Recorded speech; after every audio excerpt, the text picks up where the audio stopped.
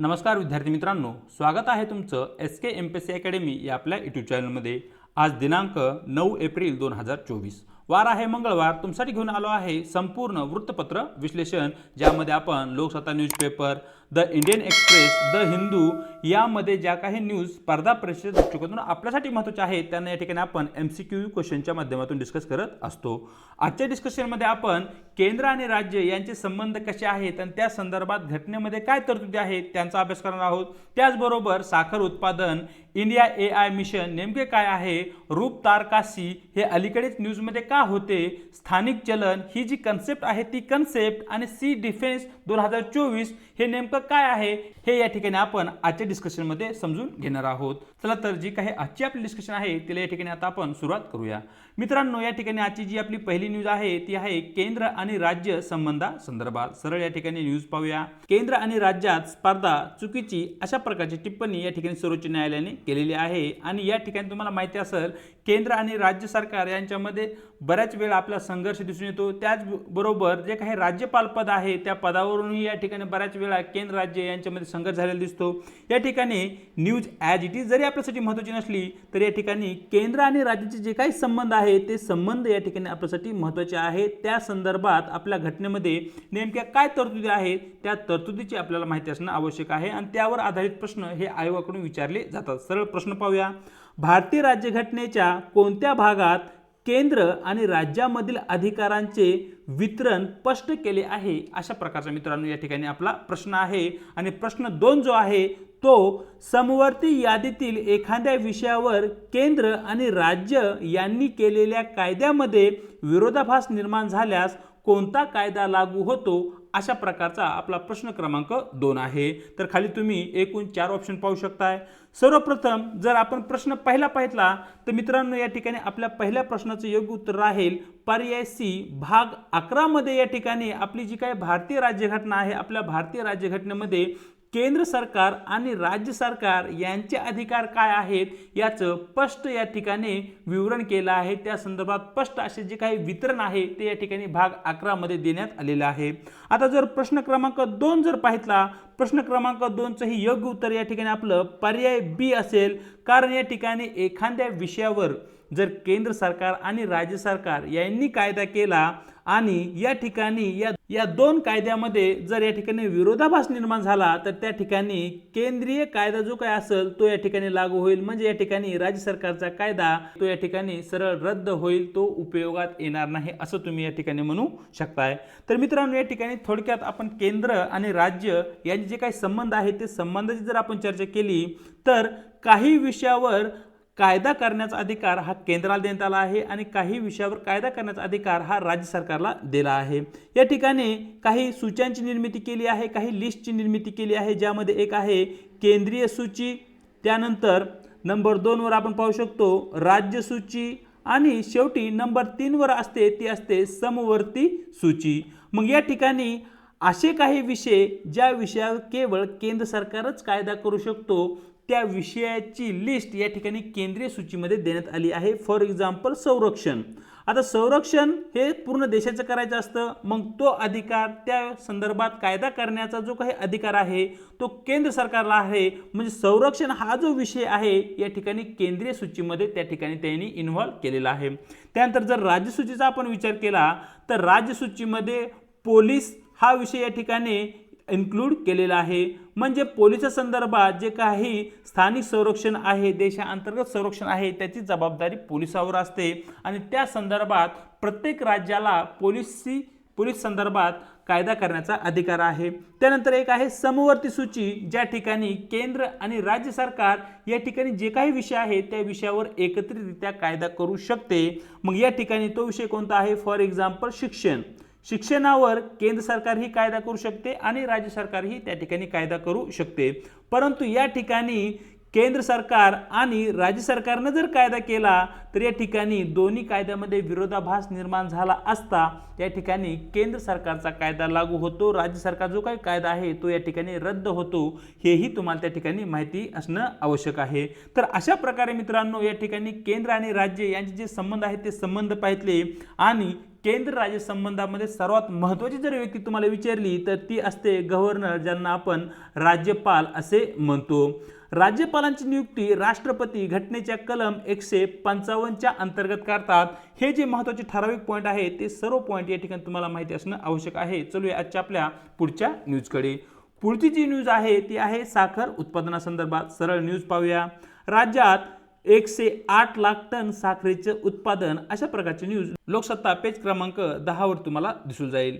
आपल्या महाराष्ट्रामध्ये मोठ्या प्रमाणावर साखरेचं उत्पादन होतं आणि ऊसाची या ठिकाणी लागवड ही केली जाते। सहकार क्षेत्र हे महाराष्ट्रामध्ये मोठ्या प्रमाणावर उदयास आले किंवा त्याचा विकास झाला तो म्हणजे साखर उद्योगामुळे।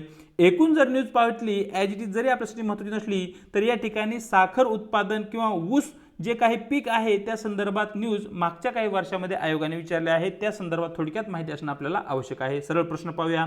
साखर उत्पादनातील महत्त्वपूर्ण योगदानामुळे महाराष्ट्रातील कोणता जिल्हा साखर बाऊल म्हणून ओळखला जातो, अशा प्रकारचे काही प्रश्न सरळ सेवेमध्ये आपल्याला विचारले जाऊ शकतात।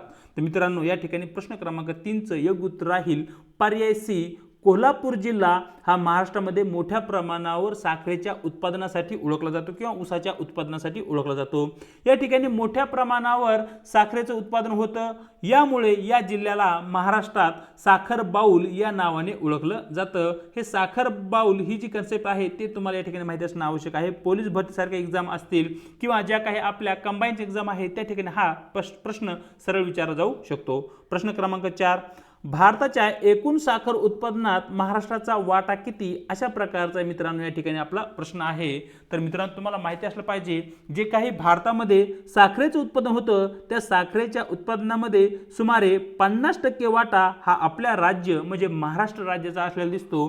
प्रश्न क्रमांक 4 पर्याय डी हे या ठिकाणी आपलं योग्य उत्तर राहील। चलूया पुढच्या प्रश्नाकडे। पुढचा जो काही आपला प्रश्न आहे तो आहे इंडिया AI मिशन। या ठिकाणी AI चा अर्थ होतो आर्टिफिशियल इंटेलिजन्स, ज्याला की आपण कृत्रिम बुद्धिमत्ता असं म्हणतो, त्यावर आधारित तो प्रश्न आहे। कृत्रिम बुद्धिमत्ता अलीकडे काही दिवसामध्ये खूपच न्यूजमध्ये आहे। खास करून जे विद्यार्थी आहेत त्यांना ChatGPT माहित असेल। ChatGPT म्हणजे तेच आपलं ओपन AI, ज्याला की आपण आर्टिफिशियल इंटेलिजन्स म्हणतो। म्हणजेच या ठिकाणी कसल्याही प्रकारच्या कमांड न देता मानवी बुद्धिमत्ता ज्या प्रकारे कार्य करते अगदी त्या प्रकारे ऑटोमॅटिक एखादं जर मशीन कार्य करत असेल तर त्याला आपण AI आर्टिफिशियल इंटेलिजन्स असे म्हणतो। सरळ त्यावर आधारित जो काही प्रश्न आहे तो प्रश्न पाहूया।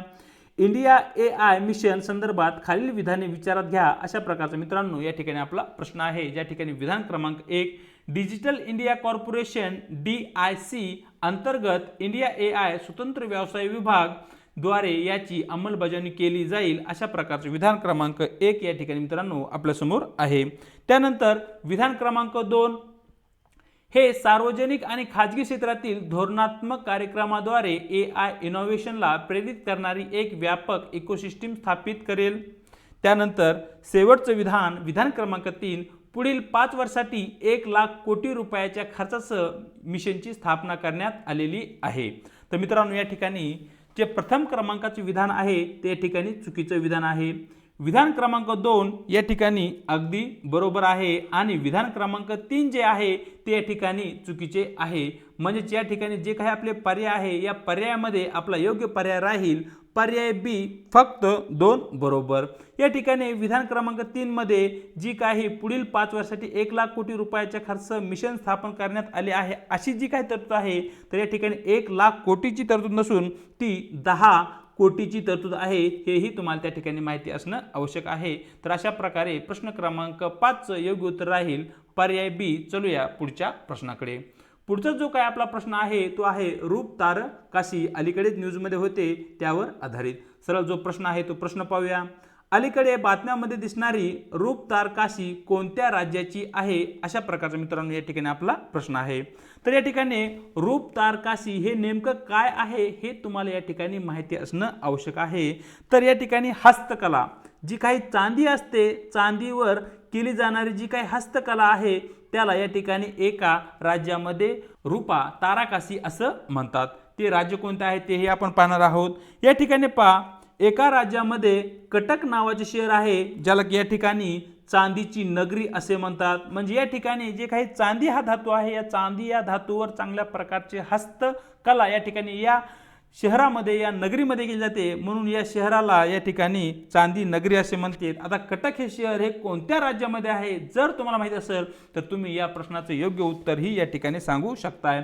आता या ठिकाणी रूप तारकासी ही जी हस्तकला शैली आहे ती 12व्या शतकामध्ये या शैलीचा उगम झाला आणि पुढे मुघलांनी या ठिकाणी या कलेला राजाश्रय दिलेला आपल्याला दिसतो. म्हणजे अशा प्रकारे UPSC मध्ये अशा प्रकारचे प्रश्न या ठिकाणी विचारले जातात.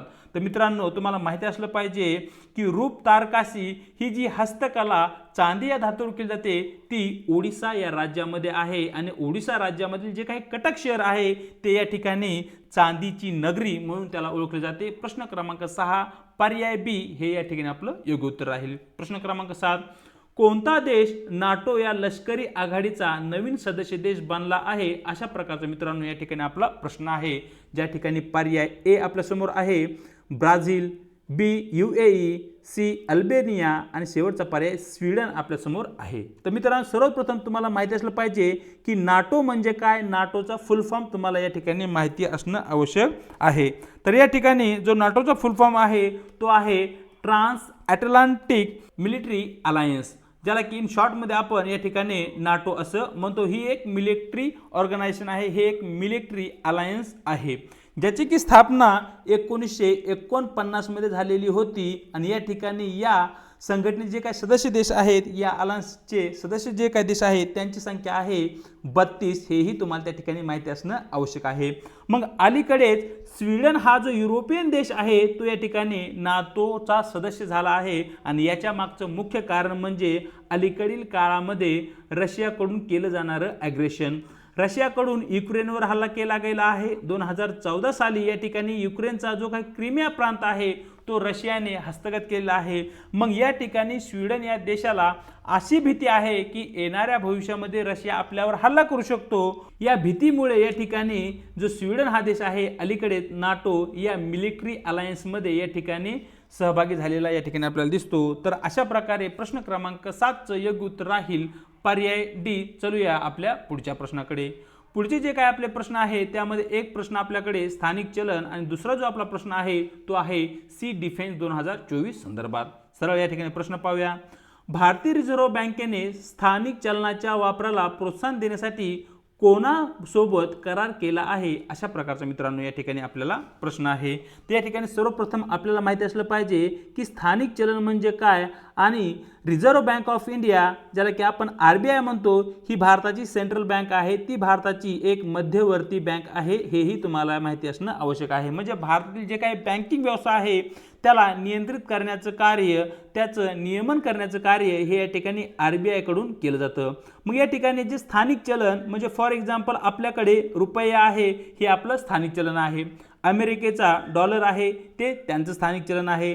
या ठिकाणी आंतरराष्ट्रीय स्तरावर व्यापार करत असताना भारताकडून रुपयाचा वापर केला जात नाही, कारण जर आपण एखाद्या देशाकडून एखाद्या वस्तूची खरेदी करत असेल तर त्याचं पेमेंट आपण डॉलरमध्ये करतो, त्याचं पेमेंट आपण रुपयामध्ये करू शकत नाही, कारण समोरची जी काही पार्टी आहे ती रुपयामध्ये पेमेंट मागत नाही. ते म्हणतात की तुम्ही आम्हाला डॉलरमध्ये पेमेंट करा, कारण डॉलर हे एक आंतरराष्ट्रीय चलन आहे, म्हणून त्याला आंतरराष्ट्रीय चलन म्हणतात. आणि रुपया हे आपल्या देशामध्ये वापरला जातो म्हणून आपण त्याला स्थानिक चलन असे म्हणतो. आता या ठिकाणी तुम्हाला नेमकं स्थानिक चलन म्हणजे काय हे समजलं असेल. मग या ठिकाणी इंडोनेशियाची जी काही बँक आहे त्या बँकेबरोबर RBI ने एक करार केला आहे. हा करार काय आहे?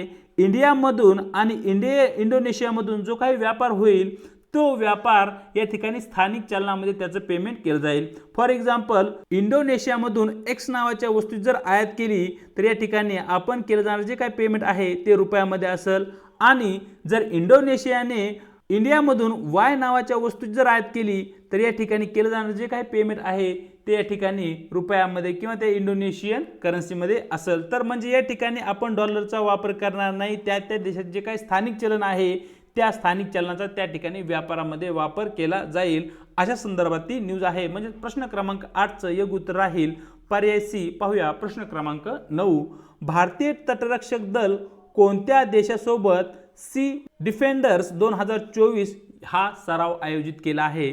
तर मित्रांनो तुम्हाला माहिती असलं पाहिजे की भारतीय नौदलाने या ठिकाणी US या देशाबरोबर सी डिफेंडर्स 2024 हा नौदल सराव या ठिकाणी आयोजित केला आहे, जो की पोर्ट ब्लेअर या ठिकाणी होणार आहे। तर अशा प्रकारे मित्रांनो दिनांक 9 एप्रिलचं जे काही आपलं वृत्तपत्र डिस्कशन आहे ते या ठिकाणी आपण पूर्ण केलं आहे। या ठिकाणी व्हिडिओ जर आवडला असेल तर व्हिडिओला लाईक, शेअर आणि व्हिडिओविषयी तुम्हाला काय वाटतं हे कमेंट बॉक्समध्ये कळवायला विसरू नका आणि चॅनलवरती जर नवीन असाल तर चॅनलला सबस्क्राईब करायलाही विसरू नका। व्हिडिओच्या डिस्क्रिप्शन बॉक्समध्ये देण्यात आलेली आपल्या टेलिग्राम चॅनलची जी काही लिंक आहे त्या ठिकाणी तुम्हाला आपले टेलिग्राम चॅनलही जॉईन करायचे आहे, ज्याच्या माध्यमातून आपल्या प्रत्येक व्हिडिओच्या लिंक्स आणि त्याचबरोबर स्पर्धा परीक्षेसंदर्भात महत्त्वपूर्ण ज्या काही अपडेट आहेत त्या अपडेट वेळोवेळी तुमच्यापर्यंत पोहोचत राहतील। आज इथेच थांबत आहोत, भेटूया एका नवीन व्हिडिओ सोबत।